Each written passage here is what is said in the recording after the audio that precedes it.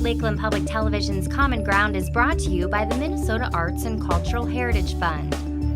Production funding for Common Ground is made possible by the Minnesota Arts and Cultural Heritage Fund. Hi, and welcome to this week's edition of Common Ground. I'm your host, Ashley Hall. Common Ground is a weekly series that highlights northern and central Minnesota culture. Each week, we'll explore the unique people, places, and events that are an important part of our region. Each week, Common Ground videographers, editors, and myself will take viewers on a journey of exploration into the worlds of art, history, and culture. This week on Common Ground, meet Erika Mullen Hegberg, a multimedia artist from Trommel, who created cobb sculptures for someone's home decor. Paula Smith, an oil painter from Bemidji, enjoys painting from turn-of-the-century photographs. And David Rickert of Staples creates beautiful paintings with a focus on light and color. I'm a painter of several mediums. I paint mostly in acrylic these days, but I also paint in watercolor, and I've done some pastel and painting in oil, but the studio work that I do is mostly in acrylic. This is typical of the kind of work I do. I do landscapes, a lot of things with boats and water, and I like to do things with people in them. So a variety of subjects. Today I'm going to be painting some chairs, or a couple chairs, mainly one. The creative process actually starts when I shoot a photograph, because I'm looking for something that has good light and color, and I try to compose it in the camera when I'm shooting it. And then the next stage I might do this, I might crop the photo to get a better composition in proportion to the painting I'm going to do. Then I also do a watercolor sketch. And by doing a watercolor sketch, it allows me to just kind of get a feel for where I'm going to be going with the color and values. And so I have a little better idea and direction when I start the actual painting that I'm doing. So what I'm going to do is tack up what I'm working from. Most of the painting I do is from my own photographs.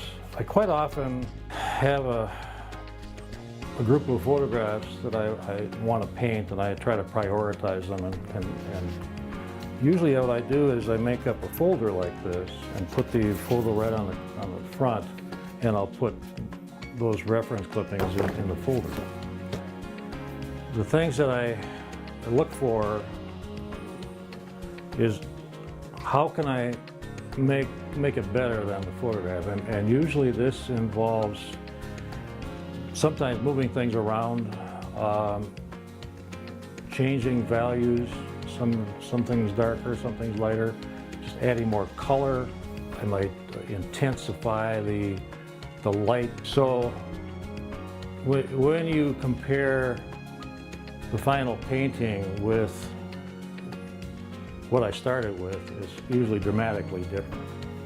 I sometimes refer to myself as a painter of color and light, and that means that I look for subjects that have a real special light quality, and usually that means shooting my photographs either early in the morning or late in the afternoon, because that's when the light is lower, and so you get stronger shapes and values and longer shadows.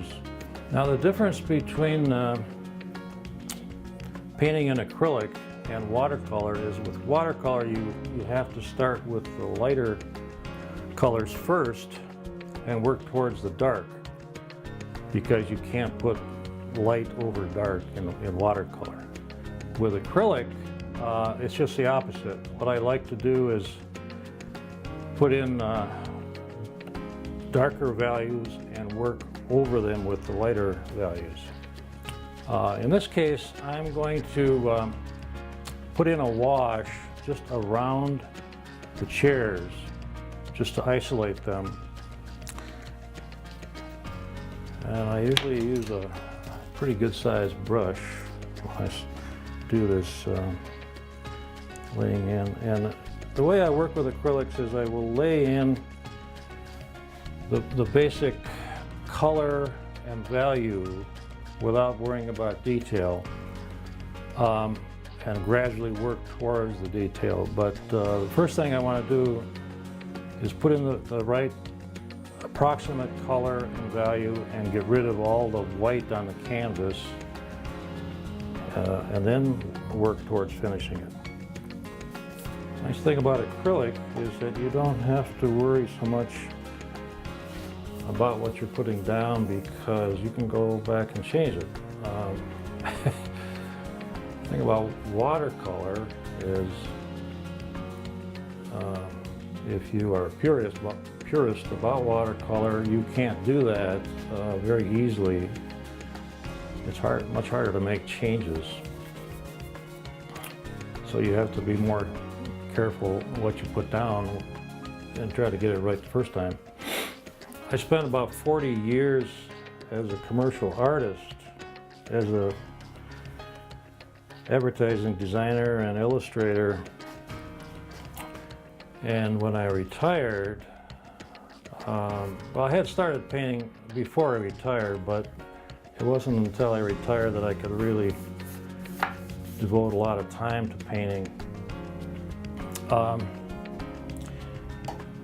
But the transition was fairly easy because in commercial art you learn to draw, of course, and you also get an understanding of design and composition, and I learned a lot about color.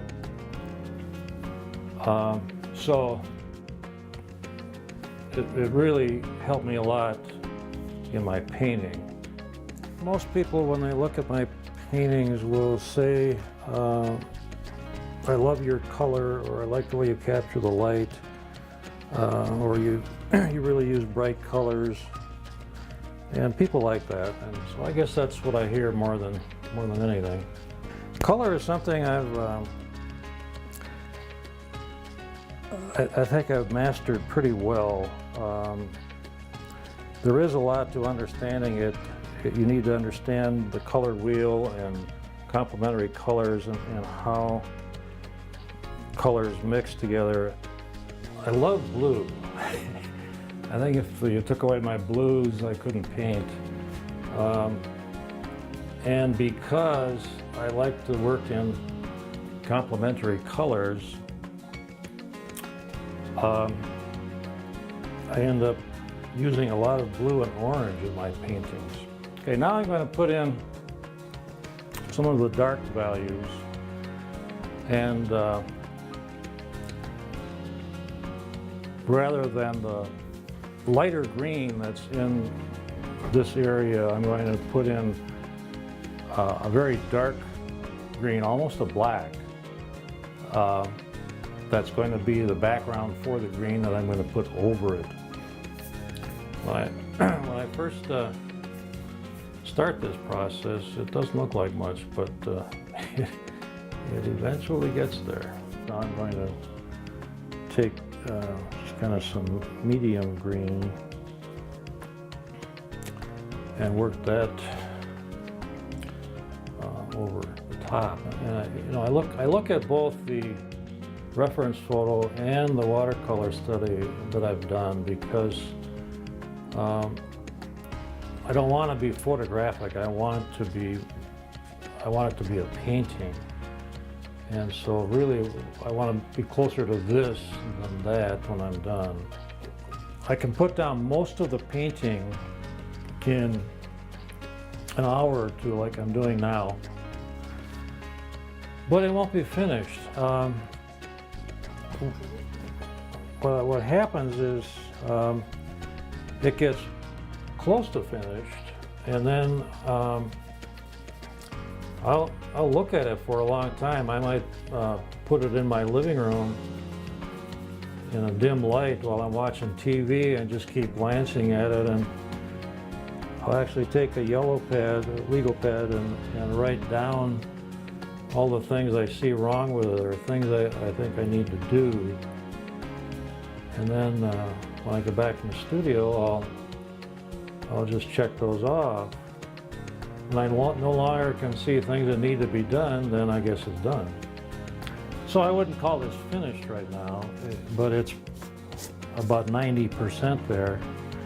I can see right away areas I need to work on. This area needs to be a little, just a little more, it's kind of thin, and so I just need to rework that area. I can see I need to trim this edge of the chair a little bit. It's kind of sticking out. So I can see a lot of things I still need to do with this, but for a couple hours, I'm about 90% there, so I'm happy.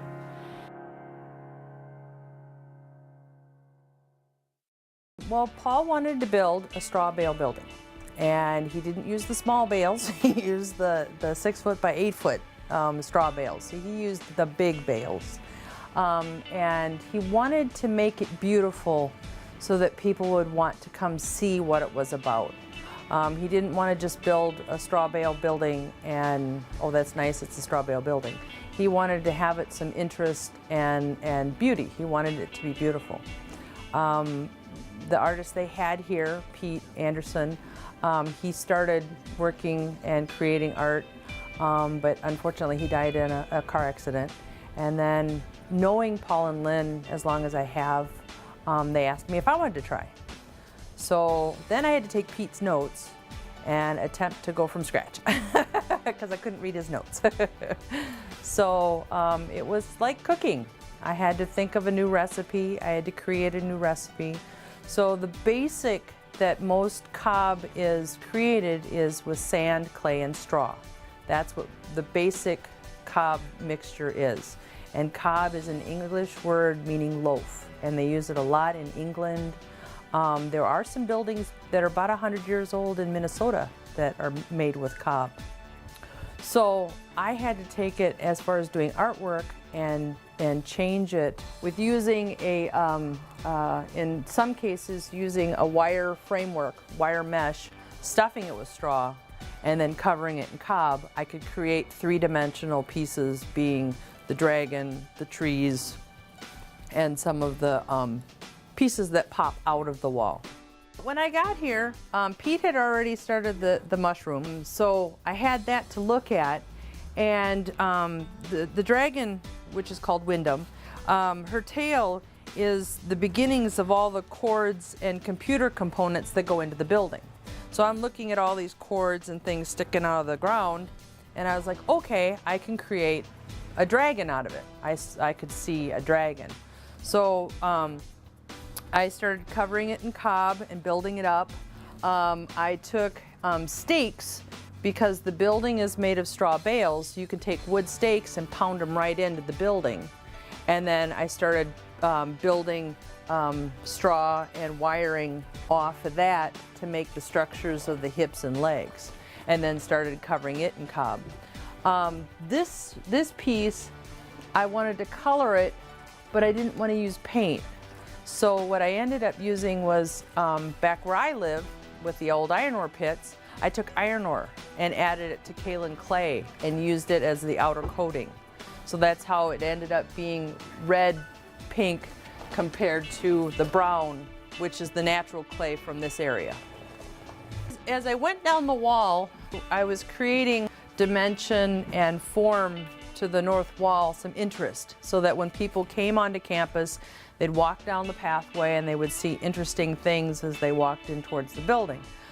This piece, the stump, I used recycled plastic lids. I tried to use as many recycled items to create the artwork as I could. I used chalk to do some of the highlights on the mushroom. I used some acrylic washes to do the grass. I used the plastic lids for the stump. I used the polymer that Paul has been working with to waterproof cob. I used it in some of my elements. The leaves are polymer and cob put over a wire mesh. So I had to cut each leaf out and then cover it with the cob mixture until it dried, and then we screwed them into the wall to create the tree. Also handmade all of the acorns that are hidden in the tree too, and those are all made out of mud. The owl was the next element, and we were using the same Sculpey that I use in my tapestry paintings. We were using in the eyes of the owl.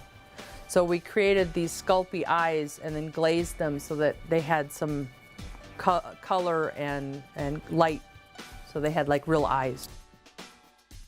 The bench has been carved in, and then vines were sculpted out so that you have some movement. I used the rock base like they do in formal cob buildings, and built the bench off of that. We tried to add some fun whimsy as well as realistic elements to it. The moon is in the correct position to be on the north wall. So we tried to do some elements that are realistic, like putting the constellations on the ceiling, putting the moon in the correct position as if it was on the north wall. They wanted to keep it simple. They wanted to use old technology with new technology, and experimenting, always experimenting, trying to find the best way for the most energy efficient, whether it's with solar panels, wind energy, passive solar heat, using the earth to store it away to be used later. So all the buildings on campus all have heat sinks where all the heat is piped down into the earth and then piped back out again so that they can utilize it later.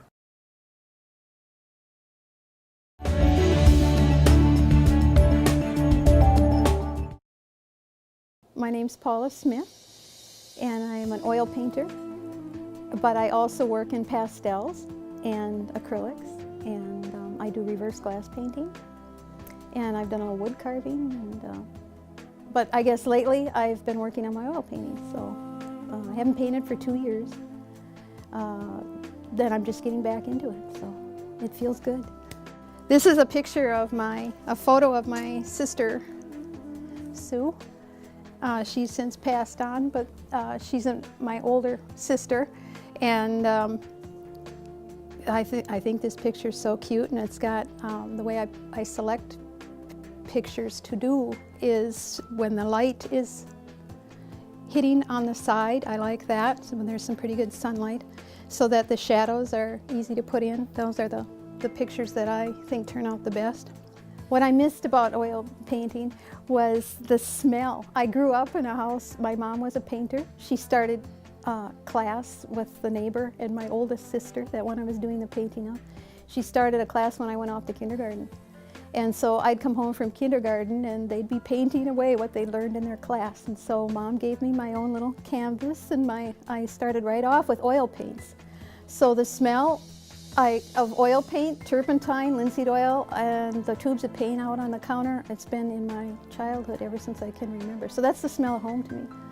So when I'm not oil painting, it doesn't smell quite right in my house. I bake pies, but it's not the same. So I think the point I'm at right now is putting in some shadows.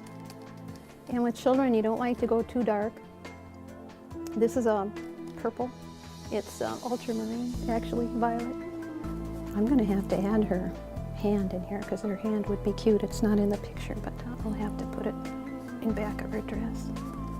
Oh, the subjects I like to paint mainly are old-time women, lonely women from the 1880s to 1900s, about in there. I find old photographs. I started with my mom's photograph album, and I like their clothes, and I like the hats that they wear, and there's so many pictures not just in my mom's, because hers, there was a group of girls that ran around town together. They were in their 20s, and so she took photos of them doing all kinds of crazy things on the swings and the teeter-totters, and that was what they did for entertainment in their 20s before they got married, to just run around on Sunday afternoons around town. But the photo albums that I pick up at antique shops and things like that, sometimes you can't get a whole album, you just get a little photo, but what appeals to me about them, and there's so many of these single women out in the prairie, and I guess that's my favorite thing to do right now. I'm identifying for some reason with lonely women. I don't know why that is, but that's the pictures that I'm picking up to paint. So I just pick the darkest points and put that in first. Oh, she's got them in the wrong spot. The women in their aprons, their dirty aprons, they're hanging out clothes, or they're just standing there in the field. Or there was one I just finished of a man and a woman looking out across the field, but he was standing there with his arms on his, hips and just taking charge, and she was in the background in her little apron and hat and just standing there, and I thought, oh, this tells such a story. She's not really part of his life, is she? But yeah, that was kind of sad. But as I paint these pictures, it takes a long time, so I'm thinking up stories about the people as I'm studying them, as I'm painting them. And I've got a lot of stories that I've made up about these single women. Must have been hard for them in that day to be single, I think. One of the paintings I like the most that I've done is my mom and her sister, because every time Mom would look at that picture in the photo album, she would say, oh, that's one of the first dresses I bought with my own money when I started working at the post office. And look, Lil has got on one of my dresses too. So it had this nice little story with it that, so I was painting, as I was painting it, I kept thinking about Mom with her dress that she purchased, and then her sister wearing her dress too. And they both look so nice, and they've got their arms around each other, and they had a good relationship. Mom grew up in a family of 10 kids, one died young, and they were very close. They weren't allowed to run around the neighborhood or anything, and they spent so much time together as a family that I like doing the pictures of her with her sisters.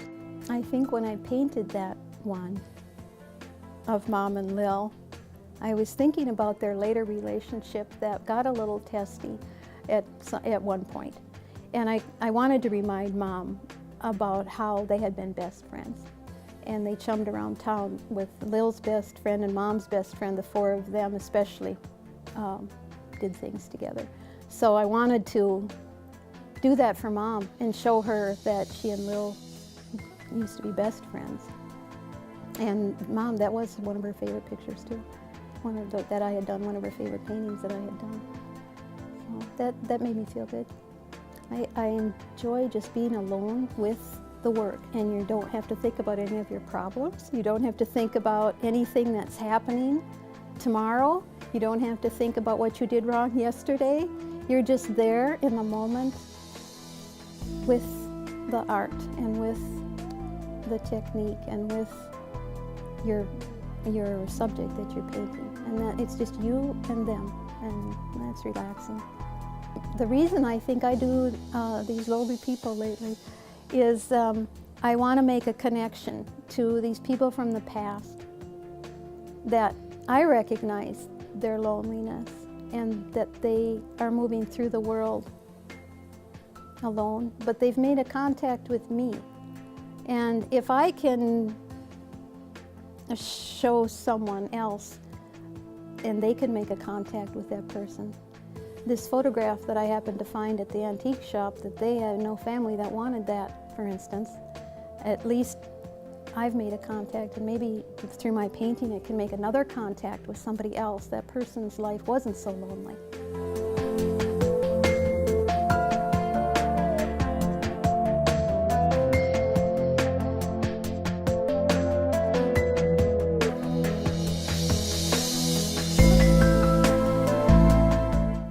I've got a message, because I do it to relax, and I do it to involve myself with the people in the painting. So I don't know if I'm A lot of people have said to me, why don't you get more commercial? Why don't you get more, pick subjects maybe that more people would like and purchase? And I say, I have to do what I have to do. I have to paint this because I feel like I need a communication with the person in the painting. I guess I'm not reaching out like I should be to the community, maybe in painting something that they are more like to enjoy. I don't know. I have to, it's a need that I have to fulfill for myself, I guess, rather than selling it. I need to, I mean, it would be nice to sell, but I have this need that I have to do for myself. It is important for your heart and for your soul to be able to do it, not so much what you're going to sell and make money off of. It's a fulfillment of yourself.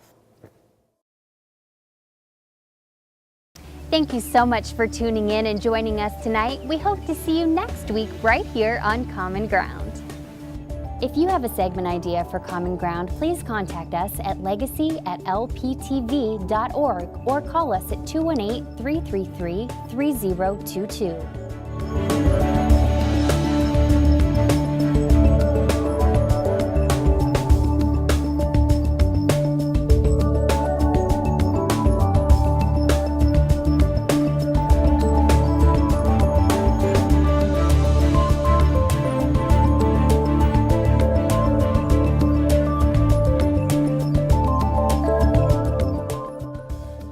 Individual segments or copies of Common Ground, please call 218-333-3020.